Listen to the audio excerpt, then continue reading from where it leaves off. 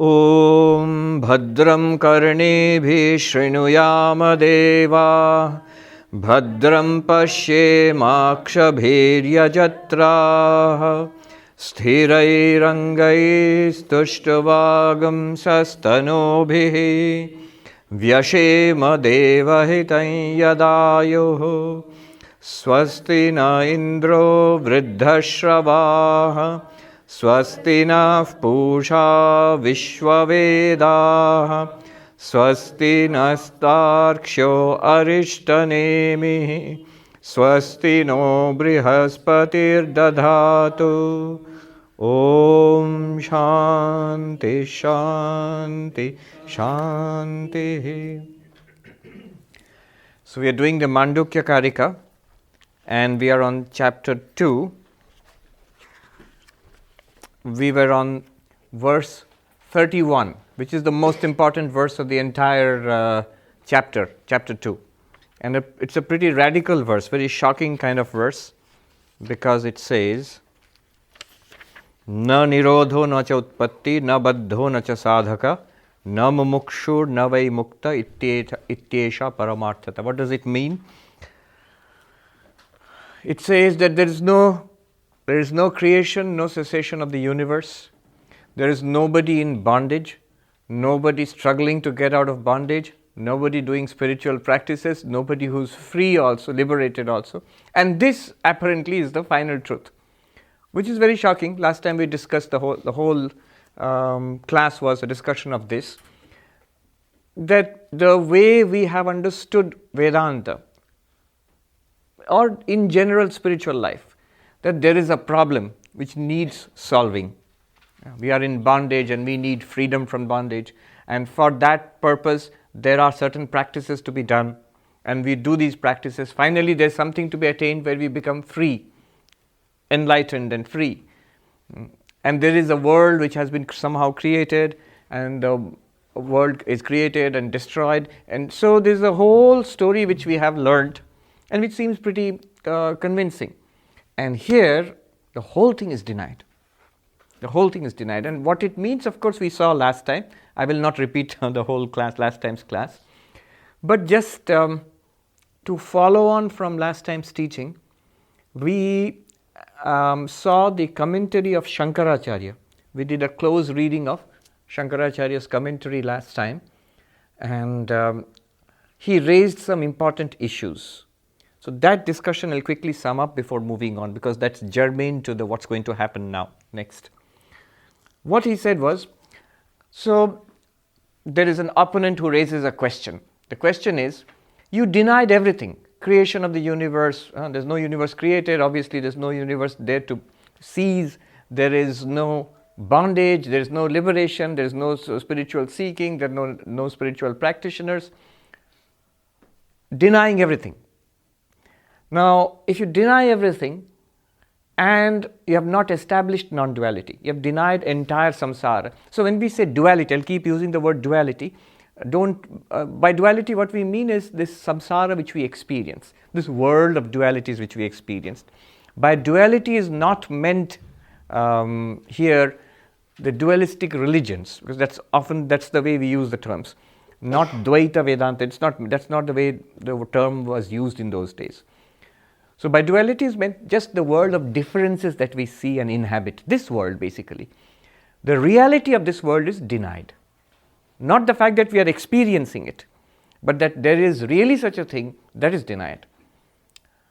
Now, you have denied all of this and you have not established non-duality. Look at the verse. It denies duality.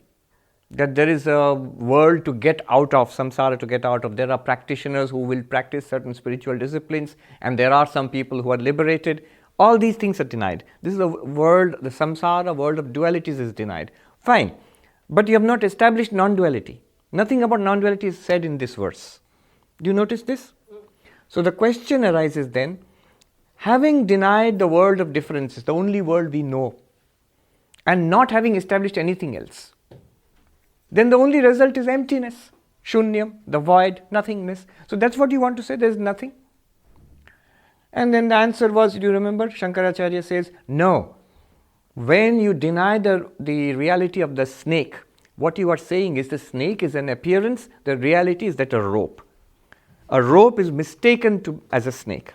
Isn't that what we are saying? Shankaracharya said, I have already mentioned this here earlier. So, whenever you find out the falsity of something, you are also implying there is a truth. Compared to the truth, this is false.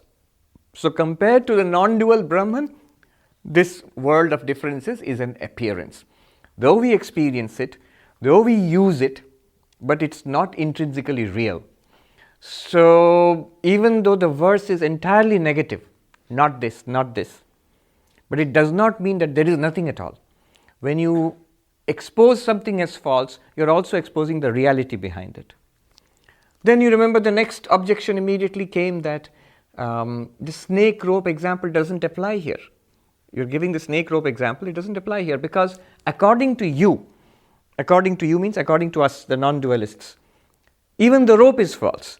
So the snake is something false, a rope appears as a snake, the snake is false, but the rope is also false because everything in this world is according to you false. So ultimately nothing will be revealed and everything is false. So back to emptiness or shunyam or the void. And Shankaracharya's answer there was no. Whenever falsity is revealed, how do you reveal the falsity? By discovering the truth underlying it. So he gives an example. The snake is variously experienced, the rope is variously experienced as a snake. Some say it's a snake, some see it as a garland, some see it as a trickle of water or a crack in the earth. And when the light of knowledge is brought to bear on it, what happens? All these alternatives, all of them disappear except one. Are you following what I'm saying? What will disappear? Somebody said it's a snake. Somebody said no, it's a crack on the ground. Somebody said it's a garland discarded from a temple. All three alternatives disappear when you bring the light of knowledge to bear on it. Suppose just shine a torch on it. All three will disappear. What will remain? The rope. The rope is revealed and as the reality, and the false alternatives are dismissed. Right? So when the reality is uncovered, the falsity of the others is exposed.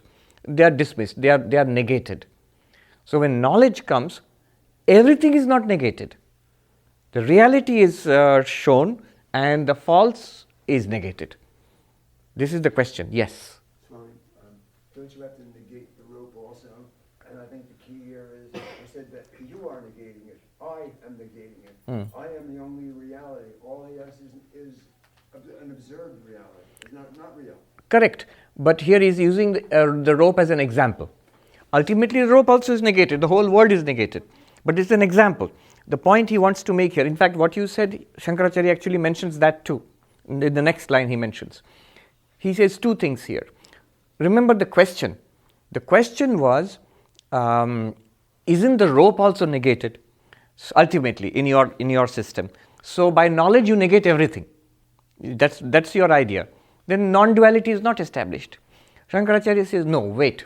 He gives a twofold answer. The second one is what you said. The first answer is, the first step is, when you get knowledge of the rope is revealed by knowledge, and by that knowledge, the false perceptions of snake, crack on the water, trickle of water, all of those are negated. Point one. Point two, he makes this what Stan just said. Negating something by knowledge always means that there is a negator. There is an awareness to which falsity and reality are revealed. That awareness cannot be denied. So that's the second thing he mentions. Now, a really subtle question comes up. Next. The subtle question which came up next is, look, in all of these cases, what you did was, you dismissed the false by revealing the true. You showed that the rope is true and therefore the snake is false. So you have to uncover the real. In every case, in Sanskrit it's called adhisthana, the ground of error. The ground of error. the basis of error. What is the ground of error? Rope is the ground of the snake error. The error that I mistake the rope for a snake. What is the ground of that error? What is the locus of that error? The rope. So rope is called adhishthana. Now, how does knowledge function? It reveals the locus, it reveals the adhishthana, it reveals the ground, and thereby negates the error. With me so far? But otherwise the next step won't make sense. By revealing the adhishthana, by revealing the ground of error, knowledge dismisses the false. Knowledge negates the false. So the key is to reveal the ground of error. The key is to reveal the rope. In the example, rope snake example, the key is to reveal the rope. But in your case, the goal here is not rope and snake. The goal is Brahman and the world, the ultimate reality and the world. In this case, the Shastra, the Upanishad, cannot reveal Brahman, because haven't you said Brahman is beyond words? You cannot reveal Brahman. Whatever you talk about, it's not Brahman, because words cannot reveal Brahman. If the words cannot reveal Brahman, Brahman remains unrevealed, the ground of error is unrevealed. How will you negate the false? Do you see the question? Yes. The way to know that the snake is false is to reveal the rope. It's a rope, not a snake. You must have such a knowledge. Such a knowledge must be possible. In that case, the way to know, if you say the world is false, Brahman is real, then the way to know this is to reveal Brahman. Show me Brahman, then I will know that the world is false. But you have also said Brahman is beyond words, beyond language, beyond conception. So your texts cannot actually reveal Brahman. In that case, you are trapped. Without revealing Brahman, you cannot prove the falsity of the world, and Brahman cannot be revealed. Hence, what will you do? Now, what was Shankaracharya's answer? Very interesting answer. He says, wait a minute. In every false perception, there is a part of that perception is true. I'll repeat, in every false perception, there is a part which is true, which is correct. And that is there underneath every false perception. For example, how do you say that?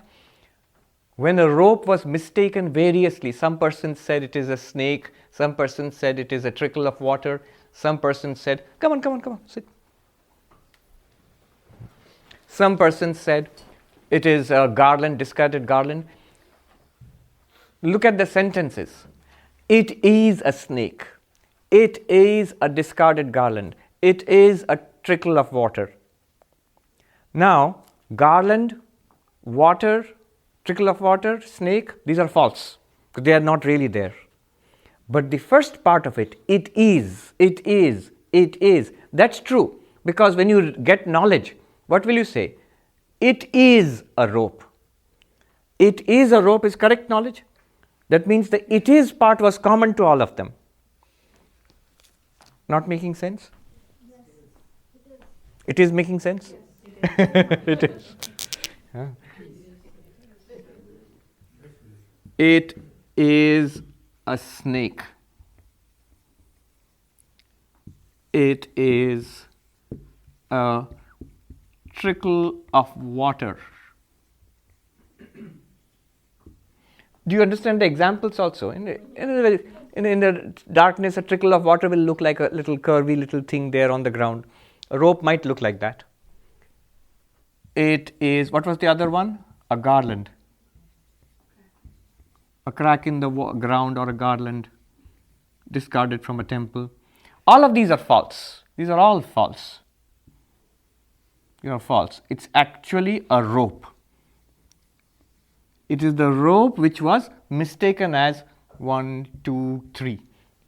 All mistakes are negated when you reveal a rope. But then what knowledge will you get? When you finally get correct knowledge, what will it be like? It will be, it is a rope. Now look at this. It is. It's common everywhere. Which means, even in false knowledge, when you said it is, when you said it is, it was, that part of the perception was correct.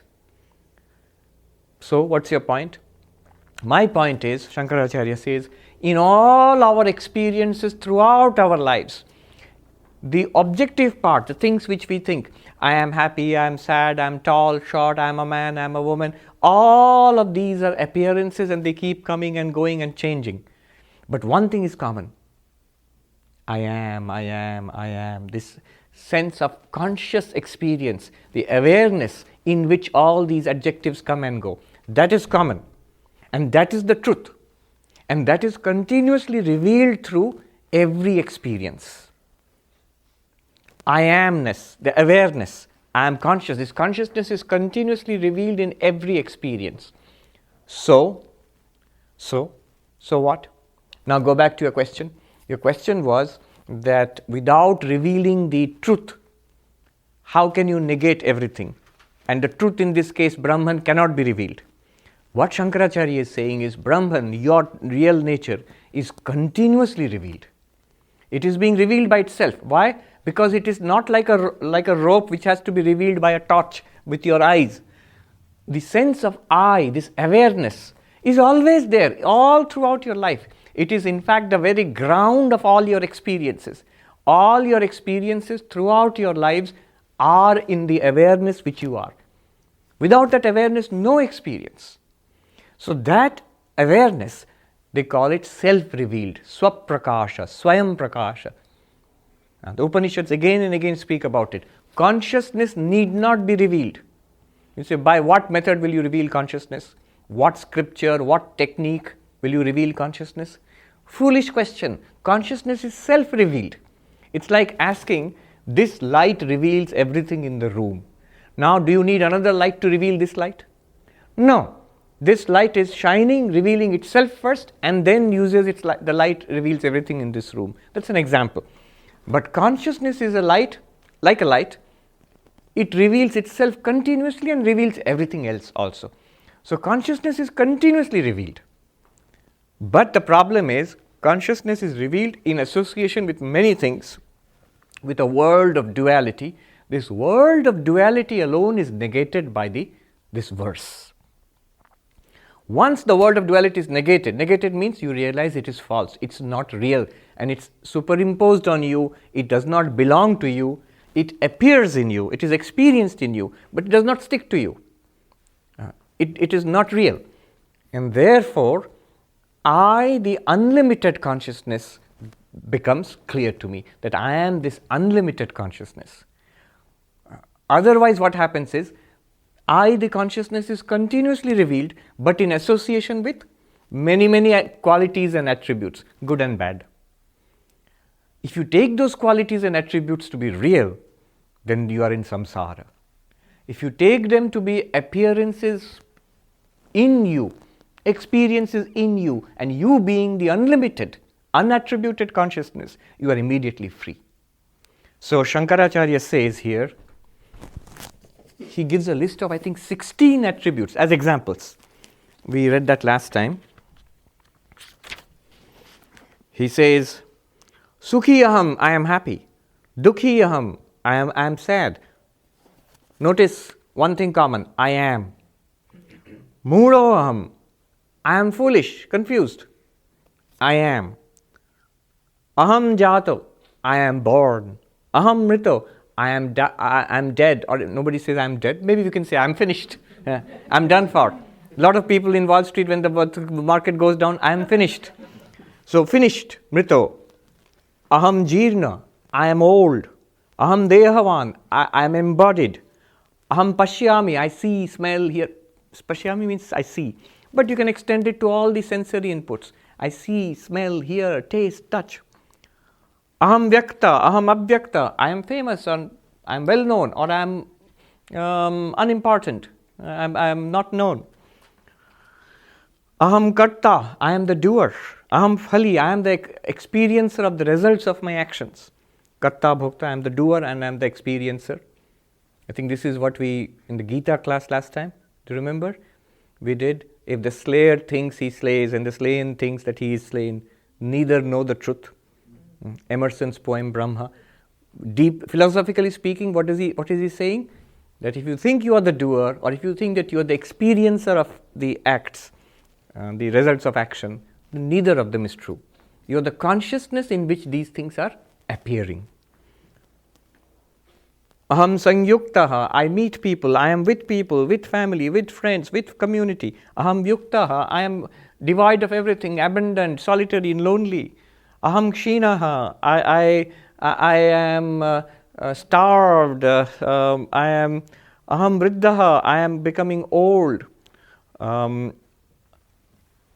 16, if you count, actually has given 16. These are examples.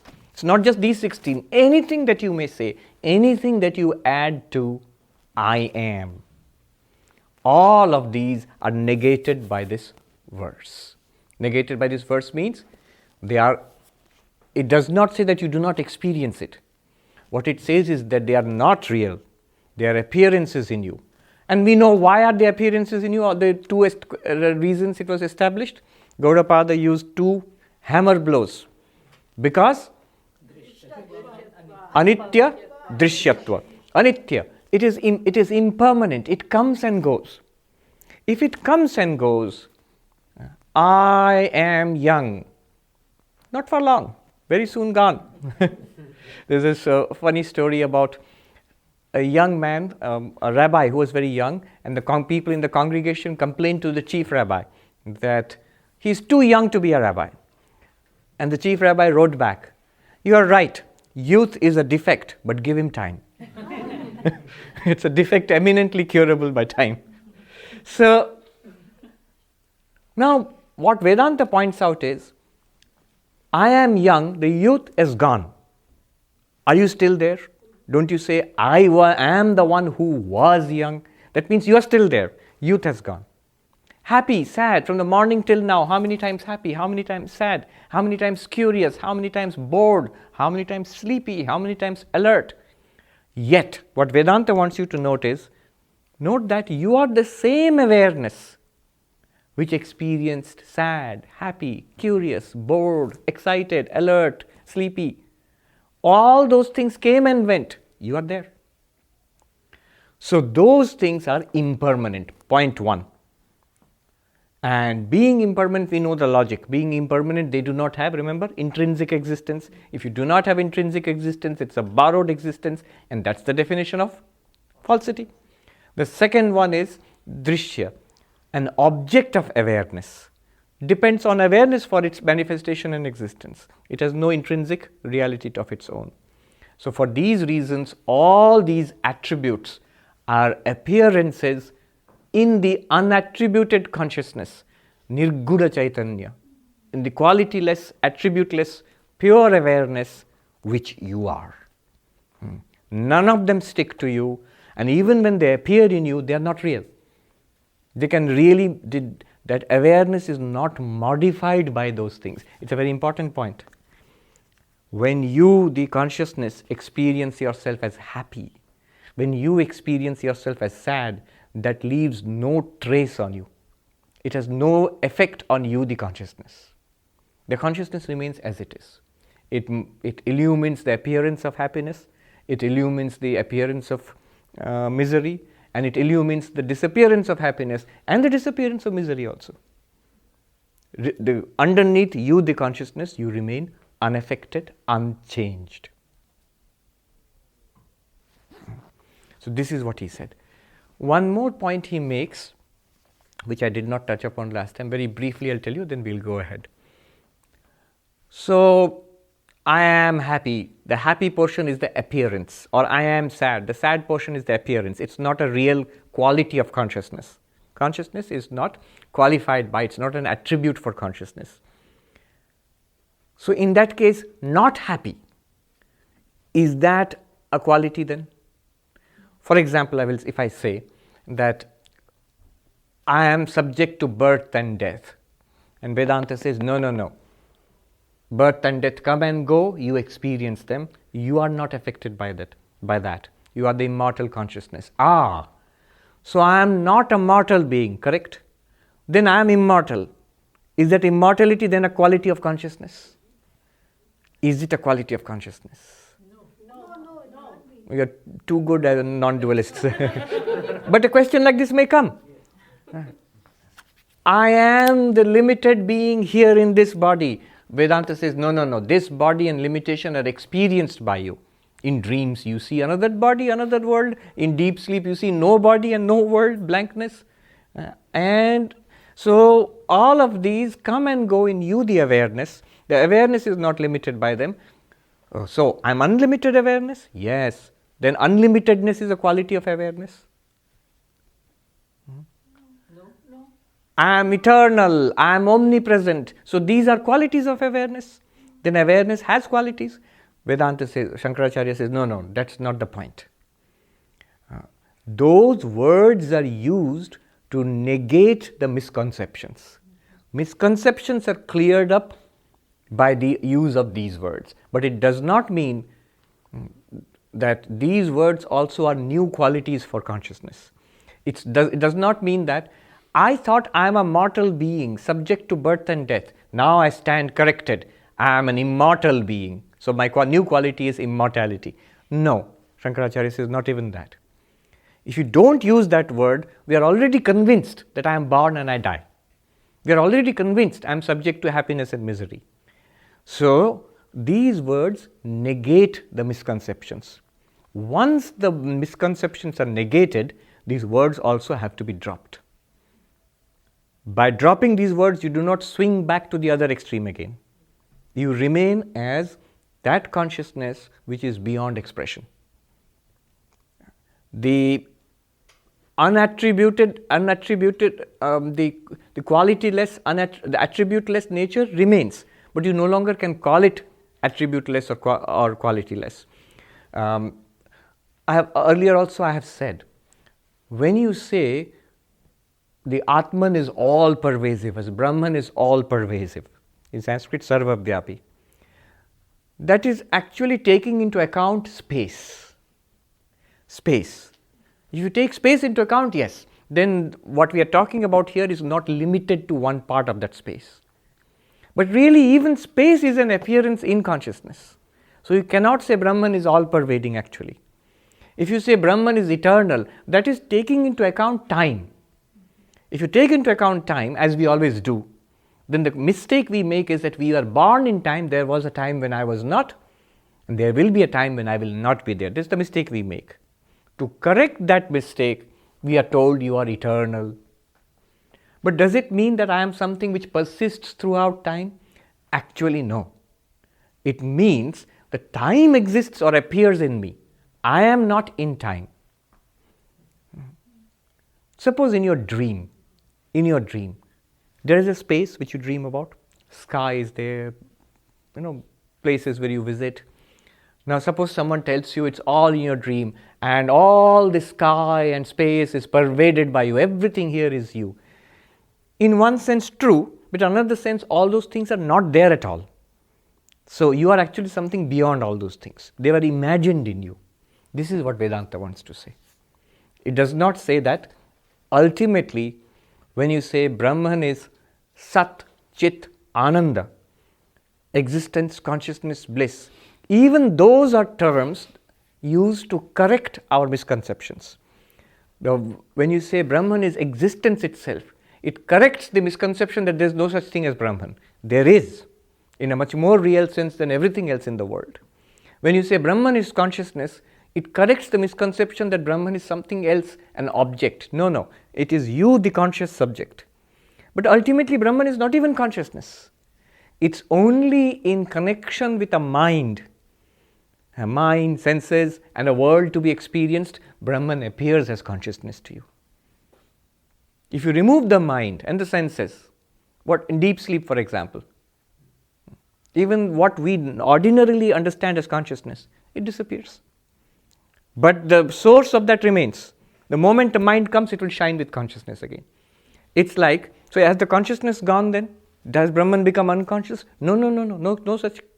But it's not experienced as consciousness. It's like in deep space, outside Earth's atmosphere, it's actually flooded with light. But what does it look like? Dark, black. If a comet goes through it, the tail of the comet shines with light. Why? Is it generating light itself? No. It shines by reflecting sunlight which is flooding through space. But because there is nothing to reflect it, space looks dark. It looks black. Similarly, you are infinite consciousness, but you will not be, the word consciousness really cannot be attributed to you until there is a mind to manifest or reflect that consciousness. So the reality which is indicated by Sat, Chit, Ananda, existence, consciousness, bliss, continues. But those words should be dropped. Those words are not qualities of that reality. If you say existence, infinite consciousness, infinite bliss are qualities of Brahman, this is Vishishtadvaita. This is not Advaita.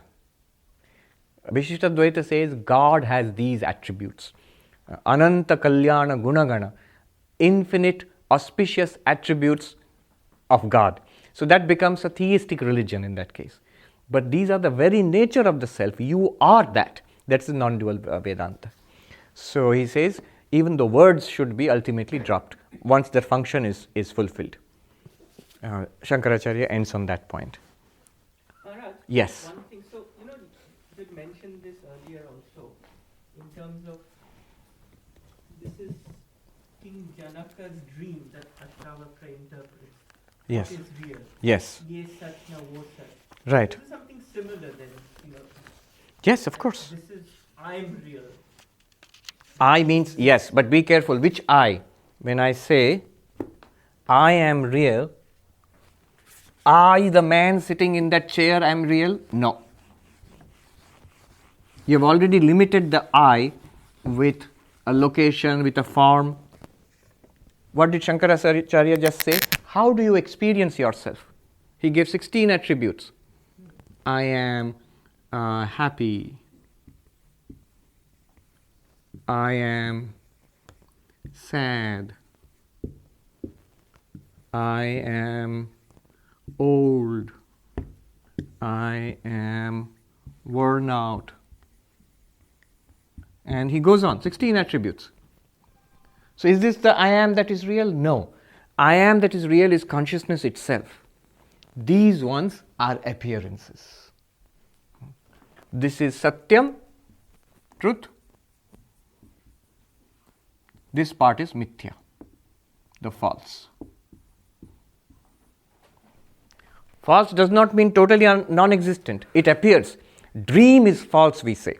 So dream we see.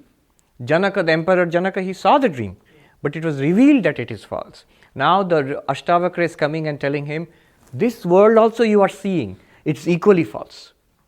That dream was an appearance in your consciousness, this world is also equally an appearance in your consciousness. The consciousness, he says, you alone are real. When he says, which you? The emperor Janaka is real? No. The consciousness which is at the core, which you are, your being, that is real. Now let's go ahead.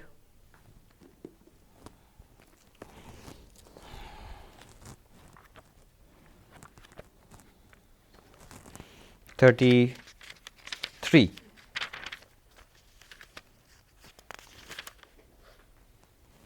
So what follows? 2 or 3 interesting observations Gaudapada gives. 33.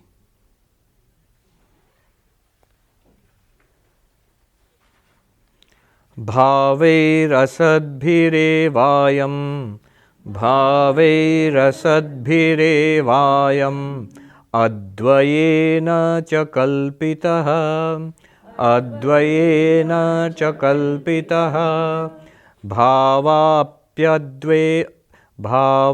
apyadvayenaiva bhāvā apyadvayenaiva tasmādadvayatā śivā tasmādadvayatā śivā. Interesting observation.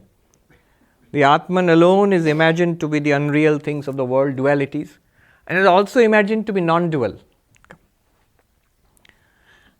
This world of samsara is superimposed or imagined on the non-dual reality, on non-dual self. Therefore, non-duality is auspicious. Advayatā śivā. Now, he makes a startling statement here. Duality is imagined, imaginary, false, superimposed. This we have been learning. Duality means, remember, duality here means samsara, this world of differences. But now he says, Non-duality is also imagined. Interesting point. We keep on hammering till this point that non-duality is the reality and duality is false. Now he says, once you have realized that, also note that non-duality is also imagined. But there's a difference. Duality is imaginary and false. Non-duality is partially imaginary.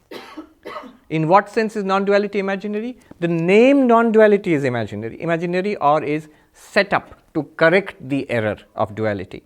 But the object which is the reality which the name non-dual refers to, that remains. That remains. It's like saying, in Vedanta what do? I am not the body, I am not the mind, I am the witness consciousness. Step 1. Step 2, what do? This body, mind and world, are they real things being witnessed by you, the witness consciousness? No. They are appearances in you, the witness consciousness. Correct? This is what we do. If the body, mind and the world are appearances in witness consciousness, they are not real things apart from that witness consciousness, then are you really a witness? I'll repeat that. Are you really a witness? If there is no real second thing to be witnessed, then in what sense are you a witness? If I am saying that you are the pure subject, all right. Next step, I say that all the objects, I reduce it back to you. There is no real object apart from you. Then in what sense are you a subject? But that does not mean you are not there. You are there. The word subject does not apply to you anymore. The word witness does not apply to you anymore. But though you are there, exactly, you are the reality which remains over. But the term witness does not apply to you anymore. To understand this, a very nice example we use is, it applies to monks. When we become monks, before that we are called brahmacharis, novices. So we have a shikha, like a sacred tuft of hair. So the tuft of hair, when one becomes a sannyasi, the tuft of hair is cut off and thrown into the sacrificial fire. There's a ritual for that. What does that symbolize? The ritualistic, the authority, that which gives you authority to perform Vedic rituals. So a Brahmin, for example, has a sacred tuft of hair and would wear a sacred thread. So that means you belong to a particular group which is with the authority to perform Vedic rituals. But when you become a monk, you give that up. You go beyond those groups, particular strata of society, to show that you are going beyond the Vedas. You are going beyond ritualistic religion, conventional religion. You give up the signs of conventional religion.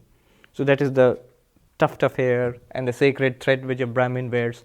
So we take that off and we put it with appropriate mantras into the fire. Now, what's the example here? When the novice has, before becoming a monk, before becoming a Swami, the novice has a sacred, the tuft of hair. The tuft of hair in Sanskrit is called shikha. Shikha. So shikha, the one who has a shikha is called shikhi. One bearing a shikha. The one who has a shikha is called a shikhi, the one bearing a shikha. When the person becomes a monk, the shikha is given up. So you cannot use the word shikhi for that person anymore. So you say the shikha has gone and the shikhi also has gone. Shikhi means one having the tuft of hair. But does it mean that the person has disappeared? No. Now you call him Swami so and so. You call him Swami Sarvapriyananda. Earlier my novice name was Brahmachari Jnanavrata Chaitanya. I know, a mouthful. It means the novice whose vow is knowledge. So I had a tuft of hair. Now when I performed the ceremony and I cut off that tuft of hair and threw it into the sacrificial fire, and so now I am not a shikhi anymore because I don't have a shikha. Without a shikha, I cannot be a shikhi. So the shikhi is gone along with the shikha. But that does not mean I am gone. I am now Swami Sarvapriyananda. Similarly, when non-duality is dismissed when duality is dismissed by the understanding of non-duality, all of this which we are doing, there is no more duality. then with respect to what will you call that reality a non-dual? Non-dual with respect to what? There is no duality whatsoever. So the word non-dual is also dropped, but that does not mean that reality disappears. That reality is still there. Whereas what we thought to be real earlier, the dualistic world, that is truly gone. The word duality is gone, and the real, what it corresponded to, these experiences, this thing, this is definitely gone. But the non-dual reality continues, only you cannot call it non-dual anymore. Do you see the shade of distinction? These fine things one must grasp if you want to grasp something like Ashtavakra. Ashtavakra, for example, there are things there which are mystifying at first. For example, one day, early in the morning, I thought that I must have a very high non-dualistic thought. Where do I put my mind? What do I think about throughout the day? The nature of the non-dualist is always to think about Brahman. So I said, let me open. Ashtavakra is a very good source of very high non-dualistic thoughts. So I opened the book, and I'll tell you the truth, I opened it at a random page.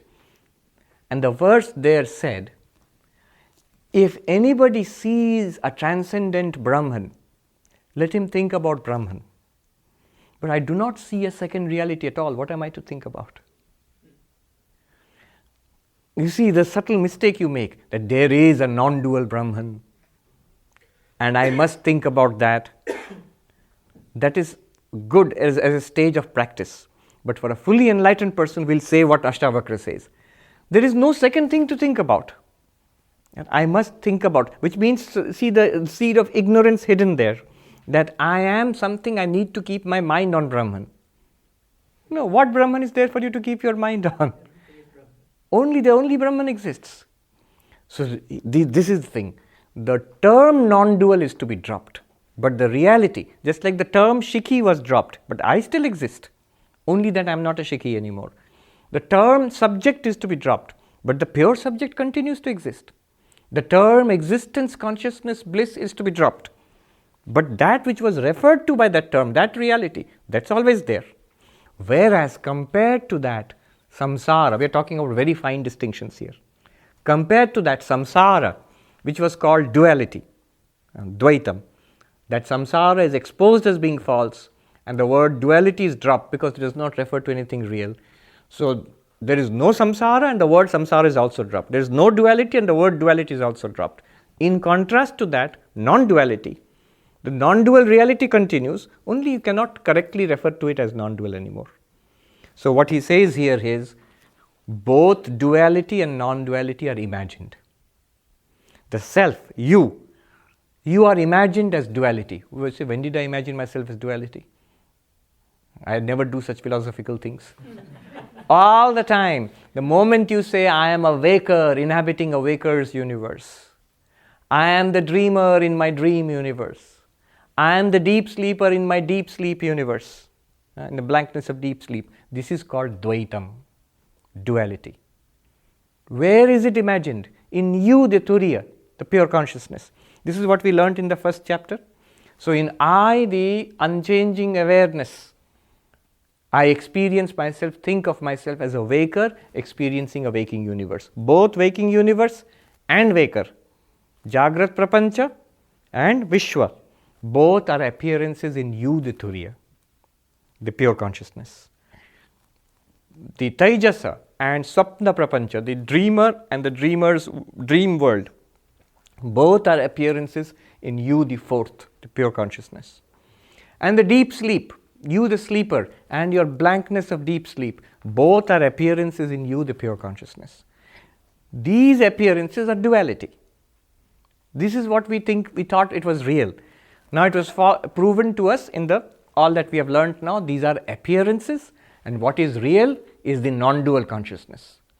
The self was falsely known as dualistic or dual. Now it is realized to be non-dual. But since the dual is not a reality, so with respect to what will you call it non-dual? The word non-dual also has to be dropped. But the self continues. You continue to exist. You are the reality which continues to exist. This is what he is saying. Yes. Does that mean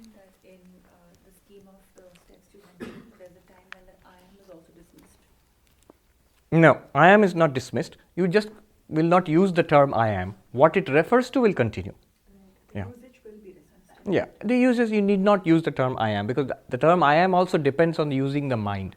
But you will continue, that I am will continue. But you will not say that you have to continuously experience yourself as I am, not necessary. Yes, I'll come to you. So is it right to think that chapter 1 was using the non-duality to get us to dropping it in chapter 2? Or looking at it as non-dual, dual in chapter 2? It is true. Remember, chapter 1 is called Agama Prakarana, the chapter on the Upanishad. So the chapter 1 contains the entire teaching. Chapters 2, 3 and 4 explore it in detail. What we learned in chapter 1, we are now only beginning to discover the implications of that. So chapter 1 pointed out how we experience ourselves. That I am a waker in a waker's universe, I am a dreamer in a dream universe, that I am a deep sleeper. This is not the teaching of chapter 1. Because this is what we experience life as. Nobody needs to teach me that. Chapter 1 used these three to point out the underlying non-dual consciousness, compared to which these three pairs.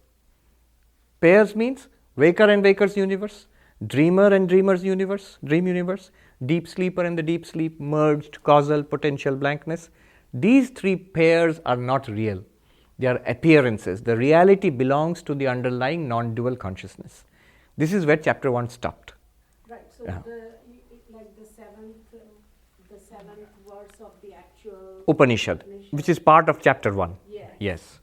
It does still refer to the dreamer, waker. True, that was the methodology. Okay. That was the methodology to point out the non-dual self. The method is always to start where we are. Where are we? I am a waker in a waker's universe. Now show me how I am the non-dual consciousness. So the Upanishad says, look at your experience. Your experience has 4 aspects. Right? Soyam Atma Chatushpat, 4 aspects. What are the 4 aspects? Waker and waker's universe, dreamer and dreamer's universe, always related to your experience. Deep sleeper and the deep sleep blankness. So these 3 pairs are well known to us. What the Upanishad teaches you is that, notice, all of these 3, they come and go, underneath it you continue, that I am, that non-dual. The 4th one is the reality which these 3 are referring to. That I am. This is the teaching of the Upanishad. And in the 7th mantra it also mentioned prapancha upashama, the cessation of the universe, which is the falsity of the universe. By universe, remember what is mentioned, what is meant. Not only this physical universe, waking universe, but also the subtle universe, our thoughts, feelings, emotions. Also the causal, the ajnana from which all of these have come. All are appearances. They are not realities. That part is being explored in 2nd chapter. Right. I'll come to you. You had a question? Yes. So you gave an example of light and space. Yes. So if we take that example literally, you said you need a comet to Reflect it, yes. But the comet, if the only reality is the light, where did the comet come from? Wait. Remember, when we use examples, the question was, you use the example of light and space, and you need a comet to reflect the light, then only the light becomes manifest. Otherwise, the light is there, but we don't experience it. What did I use it for? Consciousness and mind. Consciousness by itself is not experienced as consciousness. What we are experiencing right now is a mixture of consciousness and mind. Of course, plus senses and objects and all of that. For that I used the comet and light in space. Now your question was, if the light is the only reality, where did the comet come from?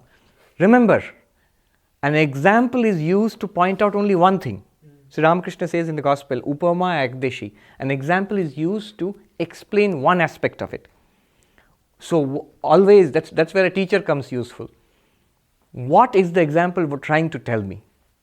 Here the example is not that the light is the only reality, I never mentioned that. Here the example was meant to show how light can be there, yet not experienced at all. To experience the pre-existing light, you need a reflector, like the comet.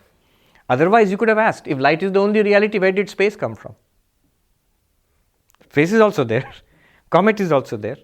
So just as the comet reflects the light, this is an example. Actually, why I'm using the example is because just day before yesterday, I was in Hartford, Mark Twain's house. And it's very beautiful. If you go there, you'll see.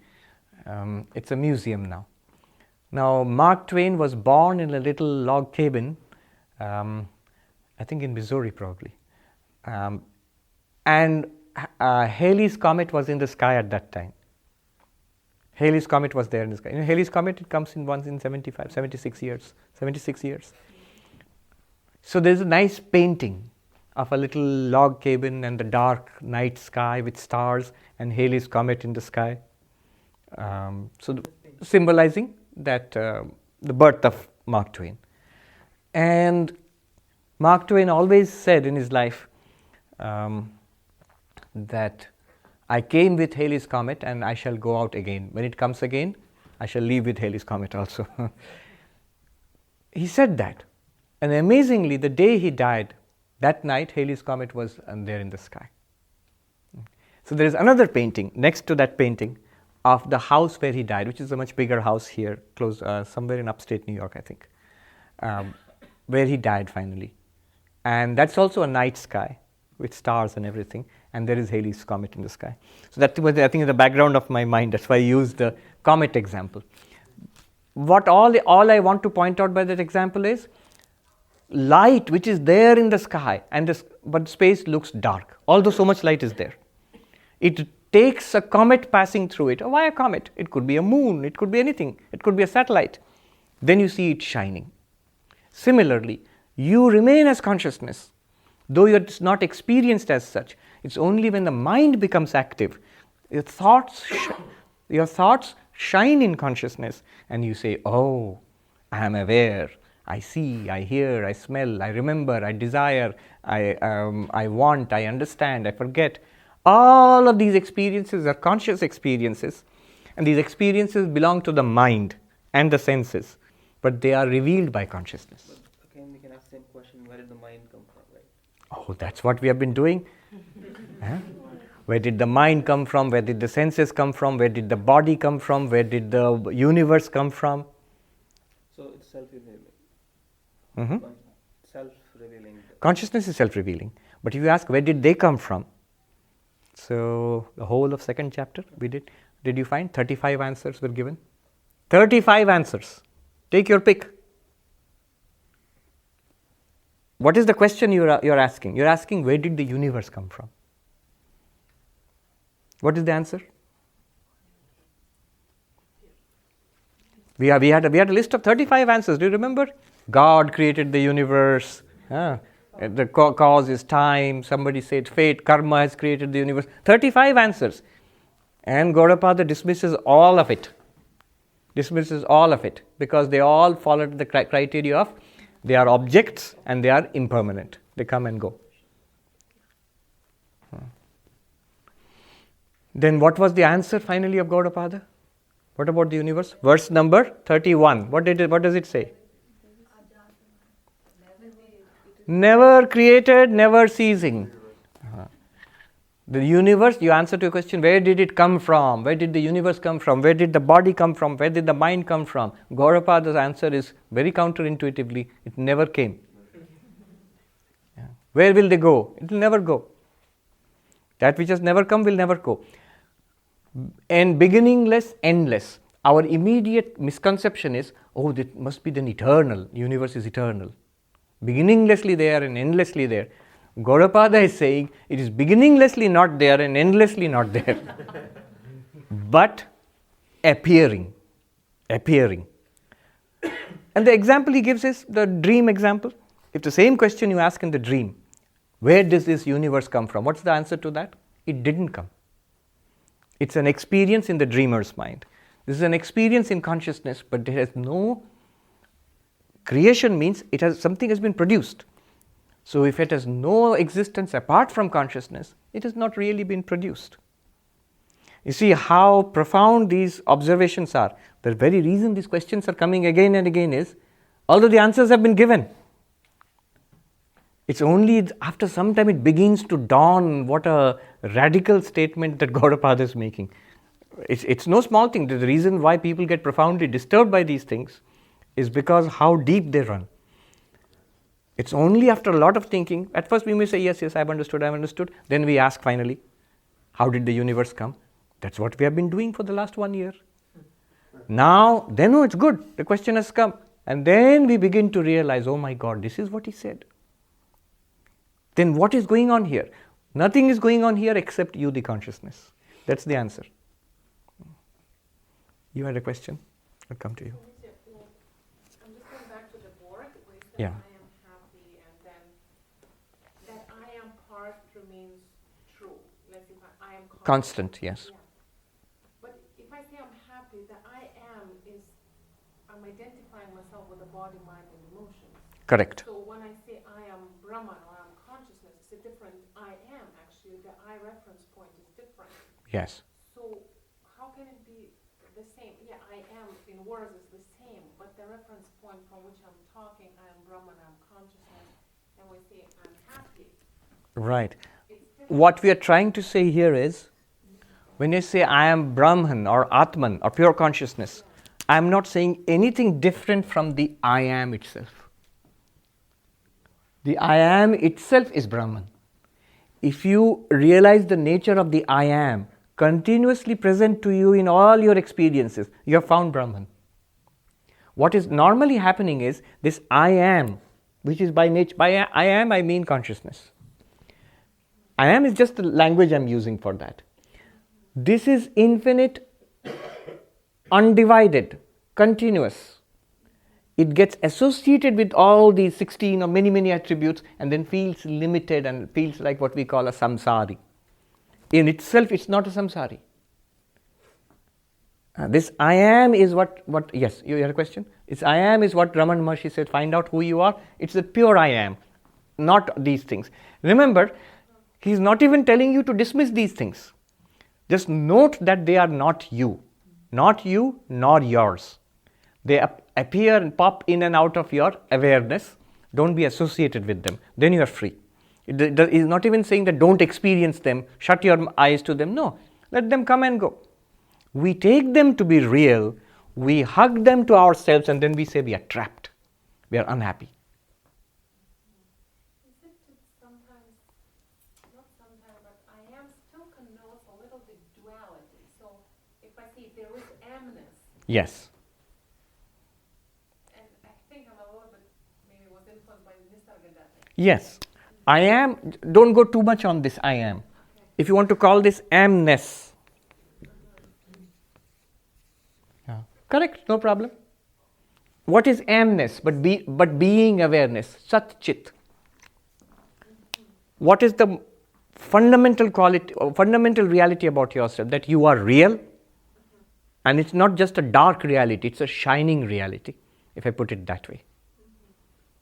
Because if I say I am consciousness, for example, so I'm already, isn't a subject and object kind of thing. But if I say there is consciousness, Yes. then there is only subject as such. There is only, in fact, I am consciousness only means I am. That is consciousness itself. It's not I am something else which is consciousness. No. I am that. And that's what continues. But also one more additional fact, I don't know if this is creating a problem. If you read Nisargadatta, he makes a distinction between, he uses the words consciousness and awareness. Yeah.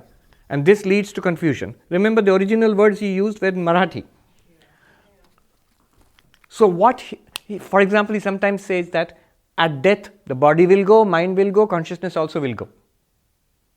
Consciousness is not the ultimate reality. But what he means by consciousness there is that empirical consciousness of the mind. Every night it goes away when you fall asleep, in deep sleep. So what he calls awareness, or in the English translation is awareness, is what I'm calling consciousness here. It's equal to amness, is roughly equal to the I am. Yeah. It's not a very precise way of putting it. I'm just indicating that there is something continuous in all your experiences. Yeah. And that continuous part, if you search for it, you will never find it. If you search for it, you will only find an object. You will either find objects, thoughts, feelings, emotions, or the absence of objects in deep sleep or samadhi. But the one which reveals the presence and the absence of objects, that is not an object in itself. That's the real you. Wait, I think Stan, did you have a question? Yes, Swami. As a point of reference, you said that when you transition from a brahmachari to a sannyas, you cut your hair, you threw it into the fire. Yes. What were you in that period of transition? You were no longer a brahmachari. You were not a monk. That is true. What were you? That is true. Nothing. Yes. What is the state that you're? No, you are basically a sannyasi. It's just you're given the formal the name and those things come later on. But you give up one form. If you're saying in the transition period you are that pure consciousness, of course you are the pure consciousness all the time. But there is a funny thing about that, When you become a monk, you perform in Hinduism. There's something called the Shraddha, which is the rituals performed for ancestors who have passed away. And so you perform that for somebody who has passed away. Now, that's also a ritual. Once you become a monk, you are not allowed to perform those rituals because you have given up all claim to being a ritualistic Hindu anymore. Now, what happens is, then who will perform those rituals for your ancestors once you become a monk? So, to fulfill your obligations, before you become a monk, you perform all those rituals. The Shraddha is performed for all your ancestors who have passed away, including, which is never done otherwise, including your living father and mother also. So that's also performed. So that because after they die, you cannot perform anymore because you already become a monk. And including for yourself. It's usually the children who perform these rituals for their parents. But because you are a monk, so you will not have any children. So there's nobody who's going to perform that for you. So you perform it for yourself. You are living. It's called Atma Shraddha. And so then it is finished. That is done before you become a monk, one day before that. So the joke was that once these novices have performed the Shraddha, it's done for people who are dead. So you're dead also. So you're called a bunch of ghosts. You're not yet a monk, and you are formally dead to society. So in between, you are like a bunch of ghosts. Yes. I'll come to you. You had your hand up. Yes. Swamiji, I think my question would be better posed if I use the example of the ocean and the wave. Yes. The world is neither created nor is it destroyed, right? And I mean that's the premise of that's what we have just discussed. Because neither created nor destroyed because it doesn't exist. Yeah. Yes. Not because it always exists, not because it's eternal. Because there are some theories that the world is not created, not destroyed because the world exists eternally. Not in that sense. Yeah. Yeah. No, so the question is this. In that wave example, you had said there is the ocean and, a wave gets formed and she goes to her school, etc., friends, etc., etc. That long example, interesting example you had given. But my question is that where is the source of error? How does that error begin where whatever tranche of ocean or, a part of the ocean or whatever starts perceiving that I'm the wave, that I'm no longer, because at that stage it's not karma. Because karma hasn't yet, the cycle hasn't started. Is it then just lila? So there are a lot of little things involved in that question. You don't even have to go into the wave and ocean example. You can straight away ask about us. You see, all this is due to ignorance, and the ignorance is being corrected by knowledge in Vedanta. But if you ask, where did the ignorance start? That's what you're asking? Right? How many times have I answered this in the class? Don't worry, I'll go on answering it till Not till the end of time, till the end of ignorance. Okay, so how does ignorance start? Shankaracharya says, ignorance is beginningless. Yeah. Anadi avidya, beginningless. Now if you say beginningless, that sounds like a cop-out. You are avoiding the question. How can it be beginningless? Note that here Gaudapada has said the world is beginningless. It doesn't exist. In the same sense, ignorance is also beginningless. Beginningless. How can ignorance be beginningless? You say, so if you say that why does ignorance start? How does ignorance start? And the answer is it's beginningless. It's another way of saying that there is no beginning to ignorance. If there is no beginning to it, then you cannot ask why it began. Basically, it's another way of saying that the question is wrong. The question itself is wrong. Swami Vivekananda says, how did the one become the many? How did the one become the many? One means Brahman. If there is a one and it is appearing as the many, how did the one become the many? The first answer will be which Gaudapada has given, that the one did not become the many, the one appears as the many. So the many is false. If something is appearing, appearance, the word appearance means falsity. So the many is false, the one is real. But you can still ask, why is the one appearing as the many? Why? Do you follow? Why did the one become the many? Answer, no, it did not. The one is still the one, it appears as the many. But why is the one appearing as the many, if you ask? And then the answer will be, the question is wrong. But I have explained earlier also that at that point Swami Vivekananda, Shankaracharya also leaves it. But I persisted in asking, why is the question wrong? You can ask, why is the question wrong? I can ask the question, why is the one appearing at all? Brahman could have remained as Brahman. Why is it appearing as the world? Okay, I even admit the world is false. Vedanta says Brahman is real, the world is false, the world is like a dream. But why is it at all appearing in this way at all? If you ask that. The question itself is wrong. Why is the question wrong? After all, if you ask, why am I seeing a dream, there is an answer to that. That you had these experiences in your waking state and therefore you are having such a dream. There's a good answer to that. But about the world itself, this appearance, you are saying it appears, and if you ask why does it appear, the answer is that the question itself is wrong. Why is the question wrong? In the logic which I gave, because of Maya, you're asking why Maya? Why is there Maya at all? Why is there Maya at all? The question is wrong. Why is the question wrong? Look at what you are asking. When you ask why, what answer will satisfy you? Because. You want a cause. You want a cause. Perfectly valid. You are right in asking for a cause. But if you ask for the cause of causation itself, then the question is illogical. Maya is time, space, causation. Like if you say, what is outside space? The question is wrong. If you ask what is outside the world, question is correct. What's outside the hall, question is correct. What's inside the building, question is correct.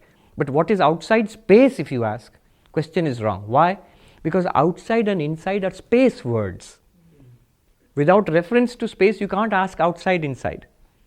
So if you ask what was there before time, time began with the Big Bang. You ask what was there before time. In a certain sense, the question is not correct, because before and after are time words. You can ask what was there before the earth was created.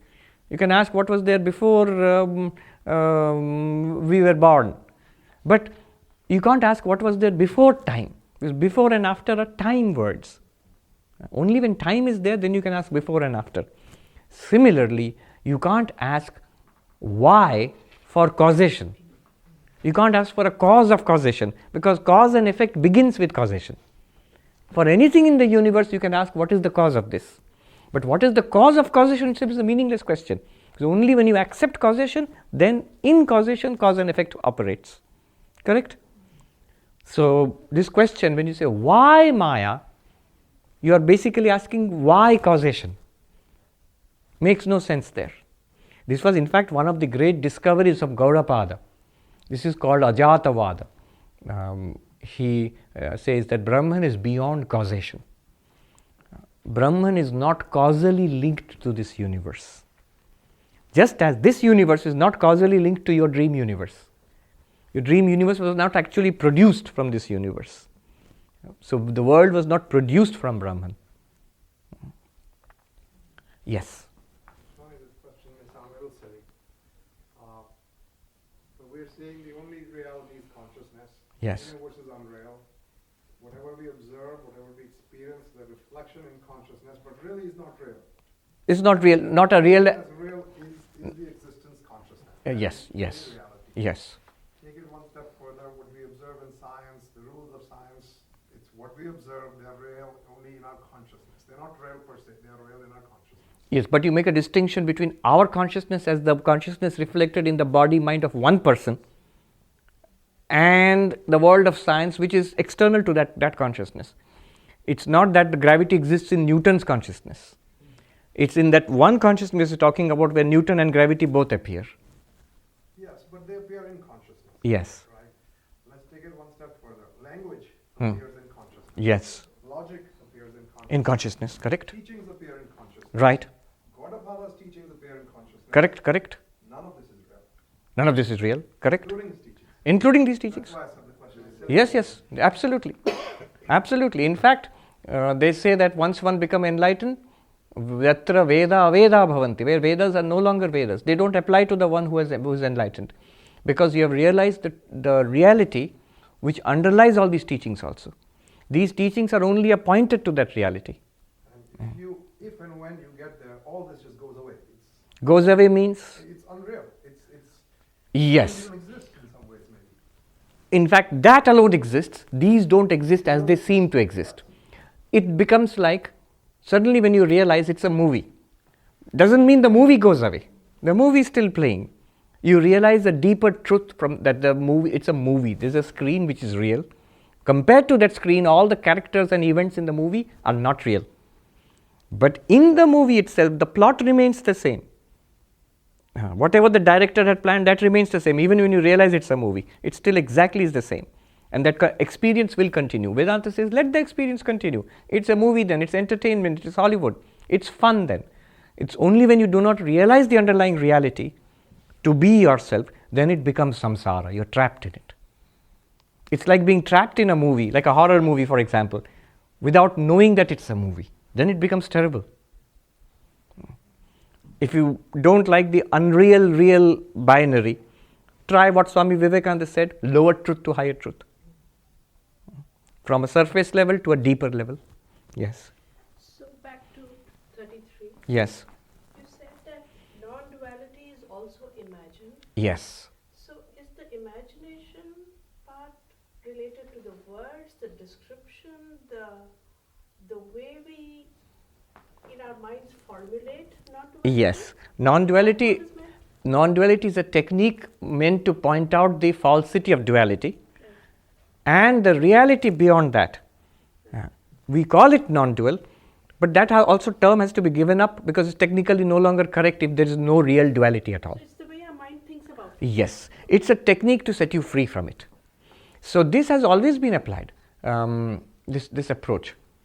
And they say that there is when you light a fire, there is a log of wood which you set on fire and then light up. It's called a funeral pyre when you light it. When it's burning, then you throw that burning log of wood into the fire itself. That log of wood is also burnt up in that. Sometimes you put a chemical in the water which dissolves impurities and the chemical itself gets dissolved. Similarly, non-duality is a concept which sets you free from the samsara of duality. Does not mean non-duality also disappears. The reality which you call non-duality, that remains. Just like I remained, but I am not called a Shikhi anymore. Shikhi is gone does not mean I am gone. Similarly, the term non-duality no longer applies, but that reality remains as you. You are that. Here they are trying to be very fine and precise. So the term is, a similar process is applied by Nagarjuna in the Moola Madhyamaka Karika. Shunyavada, the philosophy of emptiness in Buddhism. So there, instead of non-duality, they use the term non-duality also. They use the word shunyam, which means void, emptiness. And there's a very nice verse there which Nagarjuna has written. He was about 500 years before Gaudapada himself. He says there, emptiness, shunyata, is meant to set you free from the illusion of a concrete objective reality. But those who take emptiness itself to be the reality, for them there is no hope. Yeah. So they have a topic called emptiness of emptiness. But that's the final thing. Then you have to let go of that emptiness also. But you remain as the reality, which is, so the emptiness is a technique to set you free. Non-duality here also is a technique like that. But be careful here. It does not mean that Brahman, which non-duality refers to, that Brahman disappears. No. Just the term non-duality is no longer appropriate when duality is dismissed. Yes. The way I reconcile a lot of these questions, and you can tell me if I'm wrong, or if I'm not thinking about it the proper way, it's almost as if we were high on Maya. Everything appears to be one thing, and it's not until you're sober from it that then, or enlightened, then at that point, then everything ceases to exist. Correct. Correct. As I think Swami Trigunatitanandaji, I forget who, it was one Swami in the Bay Area, he said that on this side of Maya we have questions and no answers. And on the other side of Maya, the enlightened persons, they have the answer but no question. They have only the answer, no question. Ashokanji said it, right? Ashokanji said it, right. Probably there. You had a question? Swami, So you're not on the other side of Maya yet. You still have a question. Yes. at least on this side of Maya, I think free will is supposed to be a special character humans have, and that's supposed to distinguish or differentiate us from the rest of the universe. So when I think the universe is unreal and our body is unreal, that's easier for me to realize perhaps than to give up that thing which I have been doing the whole of my life. Choose this, choose that, choose that. That's what defines me, who I am right now. And those choices and the free will, even that appearance is a little hard. So, I mean, Brahman doesn't do anything. Something is doing something which is resulting in where I am. Right. This is a question of free will. Question of free will. No, ultimately there is no free will either. But remember, the moment we say there is no free will, that means, am I saying it's all a deterministic universe? No, it's not. That's not what Vedanta wants to say. So there is this beautiful article by Arindam Chakravarti, which I had recommended. If you want, I can share it with you. He has written a beautiful piece on an essay on free will, the problem of free will. The article is titled, "Why pray to a God who can hear the anklets on the feet of an ant?" Sri Ramakrishna says God hears everything. So, you pray to God. Somebody asked, does God hear our prayers? He said, God hears your prayers. God can hear the anklets on the feet of an ant. Little boys and girls in India, they put anklets on their feet. So imagine an ant, such tiny feet, and how tiny the anklets will be, and how subtle the sound. God hears the sound of the anklets on the ant's feet. Now, Arindam Chakravarti asks this question: if God knows all of this, then why bother to pray also to a God? God will know what you want, and then dispose of your prayer the way He wants to. So why even pray to a God who hears the sound of the anklets on an ant's feet? Basically, it's a question of free will. So in that article, what he has done is, first of all, he has examined the whole field. Right now also, a lot of discussion is going on free will. There's I think, Oxford Companion to Free Will, that book is there. So a lot of, in philosophy, in neuroscience, it's a very big issue. In justice, in the legal system, if you have free will, then one can be punished. But if one does not have free will, insanity argument, then you cannot be, or at least the quantum of punishment has to be reduced, or the treatment has to be given, something like that. So legal issues, philosophical issues, nowadays neuroscience issues. What is the neuroscience of free will? Is there a free will at all? So he examines the whole field. He does in that paper, he does it in 3 levels. First level, he says, it appears to us that we have free will. When you examine it, he gives 3 possibilities. Yes, we have free will, or there is no free will, determinism, everything is determined. Or what he calls, or what is in the field, it is called compatibilism. Free will is also there, determinism is also there. These are not three theories, but three groups of theories. In each group there are different theories. So he does a very masterful survey of all the theories. And basically what you see is, we feel we have free will, just like you said, I choose and I'm leading my life according to my free will. But when you examine it, how? You examine it through philosophy, through neuroscience today. He gives those that data and those findings. The scary revelation is that there can't be anything like free will. We feel we have free will, and science and philosophy shows that we cannot have free will. Even religion seems to say we don't have free will. It's all God's will. Sri Ramakrishna would say again and again. So second level, upon investigation, no free will. Then he comes to the third and final level. He says, yes, ultimately there is not free will, but freedom. So he says, free will, day to day, it appears to us and we live our life like that. Otherwise, society would not be possible. Just the legal system itself would not be possible if you don't attribute free will to a person. So we live our life like that. Upon examination, no free will. And deeper, when you come to spirituality, Vedanta, or what Sri Ramakrishna says, no free will, but freedom. You see, this is freedom, but there's no will here. Yeah. Consciousness is free, absolutely free from everything. It's infinite and free. So that article is worth reading. Somebody else had a question? Yes. Back to this, I am happy, I am sad. Isn't that I am referring to ego every time? No.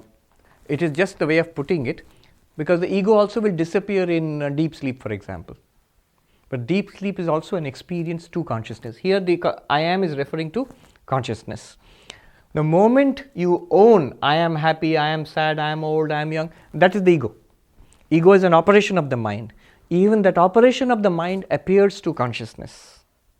The ego also, are you not aware of the activities of your ego?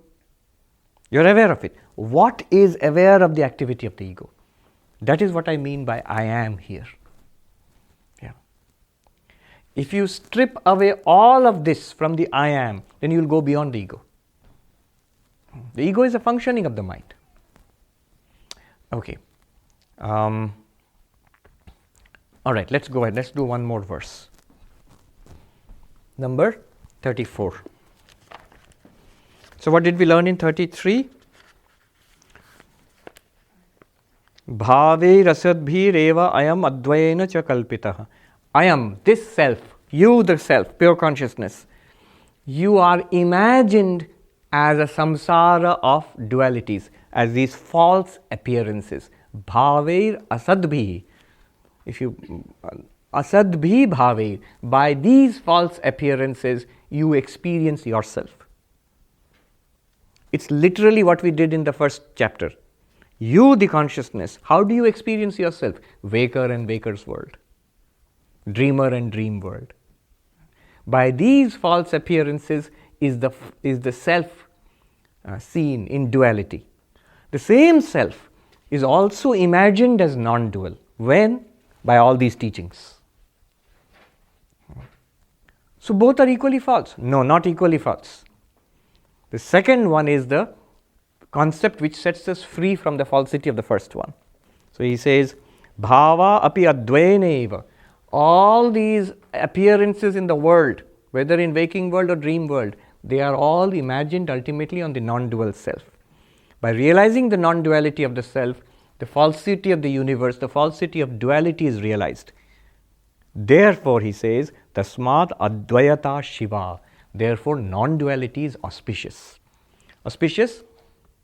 Not the final truth. The final truth is beyond this also. You cannot express it. You are that. You are that final truth. But to reach that, non-duality is auspicious. Non-duality is the one which sets you free from samsara. The duality, as long as you take the duality to be real, you're trapped in samsara and you are affected by the sufferings of samsara. When you use non-duality to realize the falsity of duality, you are set free from samsara. And then you realize that technically it's also not non-dual, technically it's beyond language. And that's just a technical matter. You remain as that. In fact, another verse later on he will say, Some prefer Dvaitam icchanti kechana, advaitam icchanti chapare, dvaitadvaita vivarjitam tattvam. He says, some prefer duality, some prefer non-duality. The truth is beyond duality and non-duality, but that cannot be expressed in language. Even non-duality itself cannot be expressed properly in language. But the thing is that you are the truth. It's not an unknown truth. Yeah. So he says, then are both imagined, but not in the same sense. The duality is false in name, and as the things themselves are false, and the term also is false.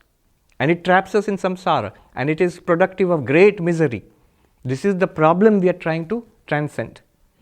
Non-duality is the way. What it refers to is real. Only the term itself has to be discarded once the work is done. Yeah. In duality, what it refers to, what does it refer to? This world. That's false. And the term itself is false. Non-duality, what it refers to is true. You, the reality, Brahman. But the term non-duality is only with reference to duality. Once duality is seen to be false, non-duality itself loses all reference. Just yesterday, we were reading in the Gospel of Sri Ramakrishna. Sri Ramakrishna says, when I come down from Samadhi, I try to count from 1 to 10, and I say 1, 2, then 7, 8 or something like that. Then somebody remarked, oh, it's because all is one. Immediately Sri Ramakrishna corrected him. It is neither 1 nor 2. It is beyond 1 and it is beyond 1 and 2. This is exactly what he's trying to say. You see, he's not saying it philosophically, because he sees the truth. For him, it's absolutely clear. He also wants to make those fine corrections. That don't mistake it to be, and somebody said, if you are very fond of Advaita Vada, Advaita Vada means the philosophy of Advaita. If you are very fond of Advaita Vada, you will get the philosophy of Advaita. If you are very fond of Advaita, Brahman, you will get Brahman. Advaita Vada is a structure to help you, which we are learning. Then let's take what to take away from this is Advayata śivā, non-duality is auspicious. Number 34. Nātmabhāvena nānedaṃ, nātmabhāvena nānedaṃ, na svenāpi kathaṃcana, na svenāpi kathaṃcana, na pṛthaṅnāpṛthakkiṃcid, na pṛthaṅnāpṛthakkiṃcid, iti tattvavido viduḥ, iti tattvavido viduḥ. Then what is this world? Back to what we are experiencing. Then what is the nature of this thing? It's a mystery. He says this here. This world, when ascertained from the standpoint of its essential nature, does not exist as different from the self, from you the self. It does not exist as the self. So, the phenomenal things do not exist as different or non-different from one another or from the self. This is what the knowers of truth understood. Those who have realized enlightened, they realize this world. What is this world? Is it a separate reality from yourself? This is what we understand not right now. This is samsara. He says no. It does not. If you try to ascertain its nature apart from consciousness, you will not succeed. Then is this world consciousness itself? That also you cannot say. Why can you not say this world is consciousness? Are we not trying to say it? You may try to say it by force because it's a non-duality class. But no, it's not identical to consciousness. Why? Consciousness is eternal, this world is non-eternal, consciousness is the pure subject, this world is an object. Consciousness is conscious, it's consciousness. The world, Brahma, the self is consciousness, the world is what is called jada, insentient. So in every aspect, this world is different from consciousness. How can it be identical to consciousness? Yet it cannot exist apart from consciousness. We saw it has no intrinsic existence, it's an object to consciousness. So is it a part of consciousness? Is it a part of consciousness? Is this world a part of you, the consciousness? Cannot be again, because consciousness has no parts. Brahman is partless, akhanda. It's partless. So what is this world? This is what is called in Vedanta anirvachaniya, cannot be said to be absolutely real, yet cannot be dismissed as totally unreal, because you experience it. All those things in the dream which you saw, the people you met, the events which happened, the places you visited, are they you? In one sense, yes. But are you a park and a dog and your friends and your all those things you experienced in your dream? Are you all those? No, not really. Do they exist apart from you in your dream? No, not really. Are they part of you? Are lots of people and places part of you? No. Then what are they? So in the same way, this world, what that we experience, is paradoxical. In fact, modern science also, I mentioned this earlier. I was reading a book on Gödel, who was in Princeton University. He was one of the leading mathematicians, logicians of the world. Incompleteness theorem. So Rebecca Goldstein, I think, who has written a book on Gödel. Where did I read? She writes that the greatest discoveries of the 20th century in science, if you look at the names, Einstein's theory of relativity, Heisenberg's principle of uncertainty, and Gödel's incompleteness theorems. There are two of them, incompleteness theorems. Now, if you contrast it with what scientists thought in the 19th century, they thought science is progressing so well. Yeah? So within 20 years, 30 years, 40 years, in every field, they thought the fields will be completed. We'll have perfect knowledge. If you had asked them, what do you think will be the theories of 100 years later, they would have not said relativity, they would have said certainty. They would have said absoluteness, not relativity. They wouldn't have said uncertainty, they would have said certainty. In mathematics, they would have said completeness, not incompleteness. In fact, I think there was a program, Hilbert's program or something, the great mathematician David Hilbert. He said, if you complete these, if you solve these problems, then the field of mathematics will be complete. And there were attempts to complete the field of mathematics. And in that attempt, Gödel showed it cannot be completed.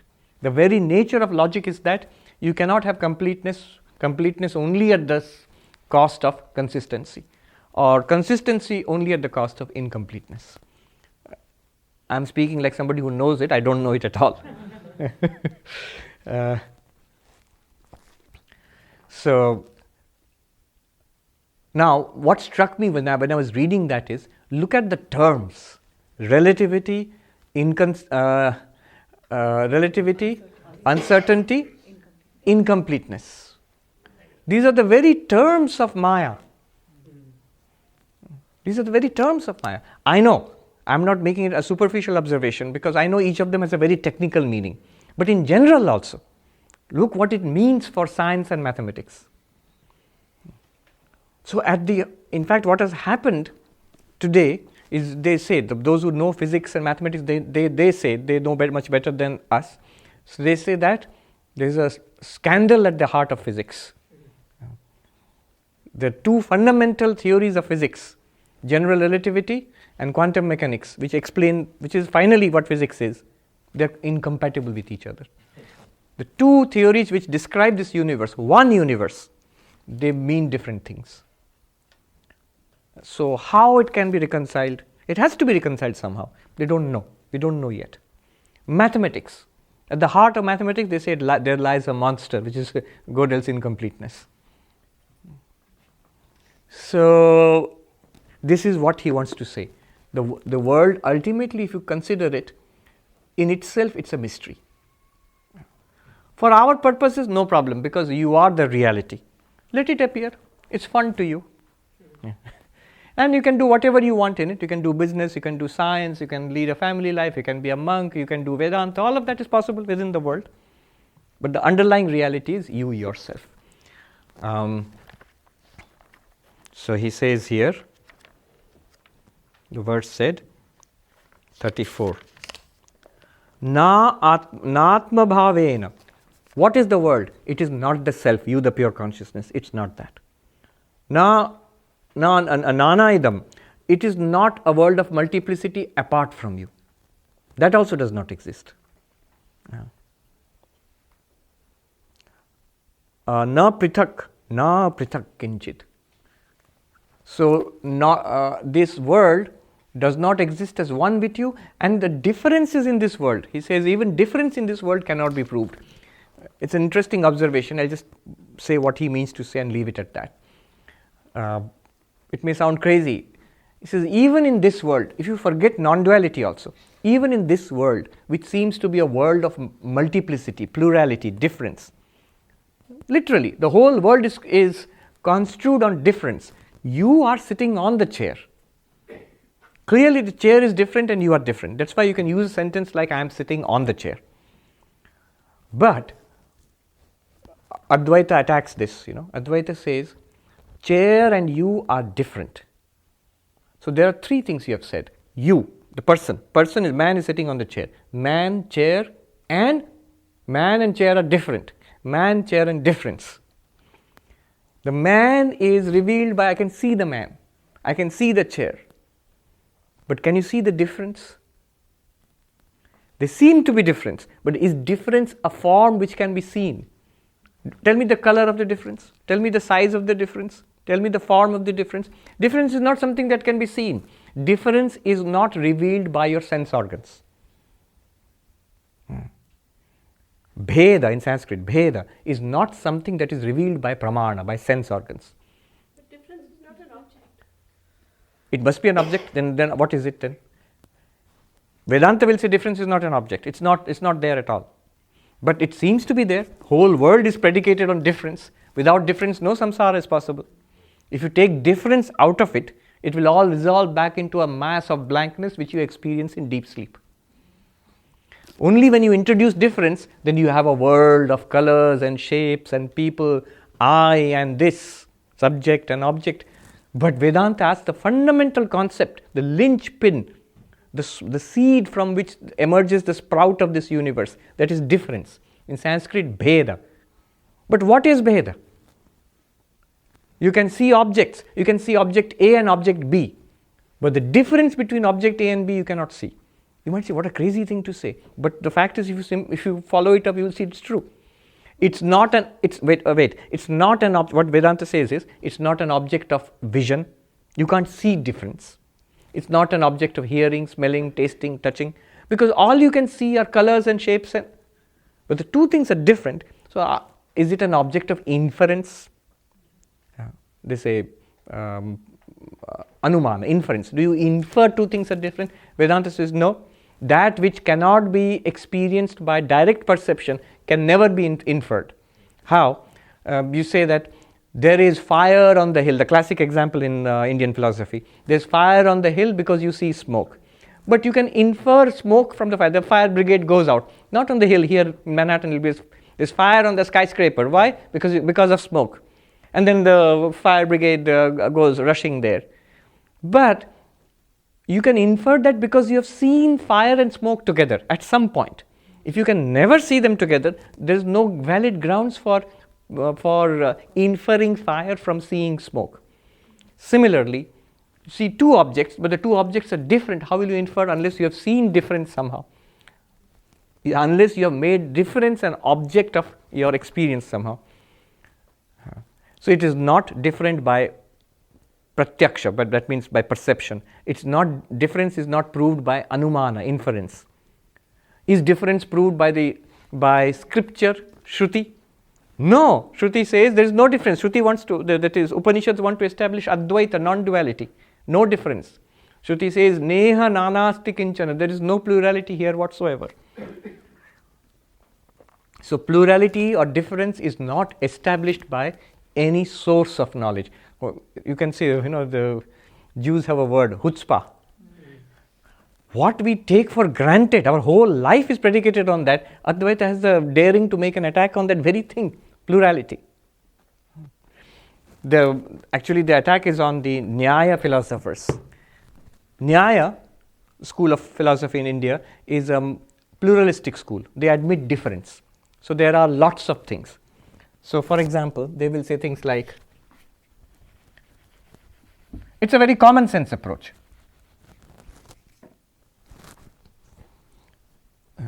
They say difference means it is a relationship between things. So a man is sitting on a chair. Here is a man, entity A. Here is a chair, entity B. And the relationship between them is that one is sitting on the other. Relationship is R. Advaita attacks the conception of relationship also. If you have relationship, that means there are two entities which have to be related. Advaita says relation is not possible. How?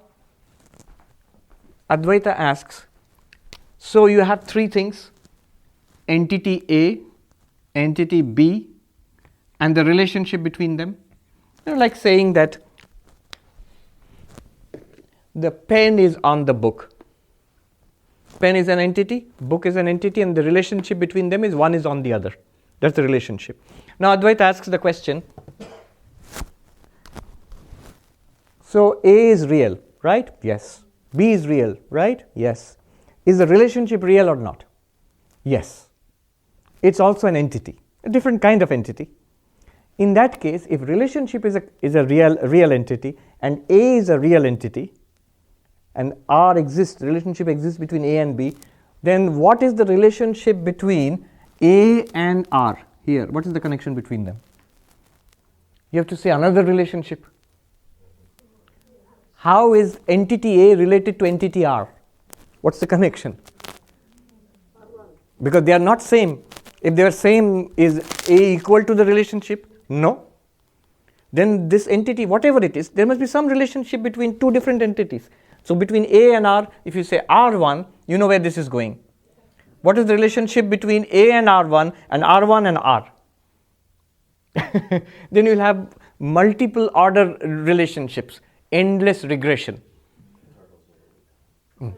Yeah, turtles all the way down. So Advaita says this is true of every relationship. Then you have to admit that relationship is not a real entity. In that case, there's no relationship between A and B. So this thing falls apart. So this is what he's saying. We'll end with this one. 34th verse is saying that. So what is the nature of the world? It is not identical with you, the pure consciousness. It is not independent of you, the pure consciousness. It is not part of you, the pure consciousness. Even within the world, things are neither different from each other, nor are they the same. So is the pen and the book the same? No. So are they related, two different things related? No, can't be. Seems to be. You say, but it appears like that. That Advaita agrees with. Yes, it appears like that. That's exactly what we are saying. It's not real, but it appears like that. It's a movie, it's a dream. Pṛthaṅnāpṛthakkiṃcid. None of these things are separate entities. None of these things are virtually one identical mass either. Who knows this? This is not the way we see the universe. True, not the way we ordinarily see the universe. Tattvavido viduḥ. The ones who know the truth, they know this about the universe. Yeah. That's the way they saw it. I guess if you look at the cutting edge theories of modern science and mathematics, they are also revealing something like this, a very strange universe. They are revealing a very, very strange universe. Very different from our common sense universe. Yeah. So is the effect of all this Shanti, peace? Yes. It doesn't seem to be, seems to be profoundly disturbing, but the world we are trapped in is profoundly disturbing. The world we are trapped in is profoundly disturbing. Somebody asked a question that it will destroy our ordinary life and it will lead to depression and unhappiness. Yeah. It's ordinary life which leads to depression and unhappiness. It sets you free from this. Remember, nothing will disappear. This world will continue exactly as it is. In the waking, you will see the world. In the dream, you will see another world. In deep sleep, every night, the world will disappear, as it always has been, appearing and disappearing. Only what is revealed to you is one non-dual truth, which is underneath this world, which is at the background, which is you yourself. In fact, if you realize the truth of this, if you have an insight into this, basically you are free immediately. I was in Providence, Rhode Island, this Sunday. After the talk, which was about waking, dreaming, deep sleep, and the fourth beyond that. One gentleman, he got up and people were coming forth and talking, asking questions. This person just walked past. I get it, there's nothing to do. And he walked away. He is right in a way, but you must know that. Yeah, and then keep on doing whatever has to be done. There's absolutely no problem. All right.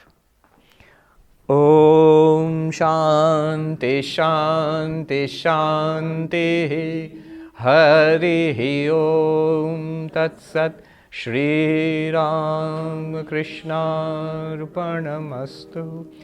Two announcements quickly. One is that next Wednesday we have a very special class. Brahmachari Ayan Maharaj, he's a young monk from our university in India, he's coming. He's written this book, you will see on the way out, there's a notice, Infinite Paths to Infinite Reality. And it's been released by Oxford University Press last month. So he's coming, he has been called to give a talk at Princeton University based on that book. And he is very kindly agreed to give a talk here. So next Wednesday, 4 o'clock to 5:30, Ayan Maharaj will give the class on Sri Ramakrishna's philosophy of Vijnana Vedanta. He'll give a talk on that. But being the professor that he is, he's already sent a handout for every one of you. So that will be circulated to you with today's class. And he has given an instruction, it's a long handout, but so you don't have to read the whole thing. But the first 5 pages, if you read, that's enough. That's a shortcut. But at least those 5 pages you should read, in case he starts asking questions. So come next time, 4 o'clock, attend Ayan Maharaj's class. It'll be very interesting, yeah. All right. And second announcement, Happy Thanksgiving.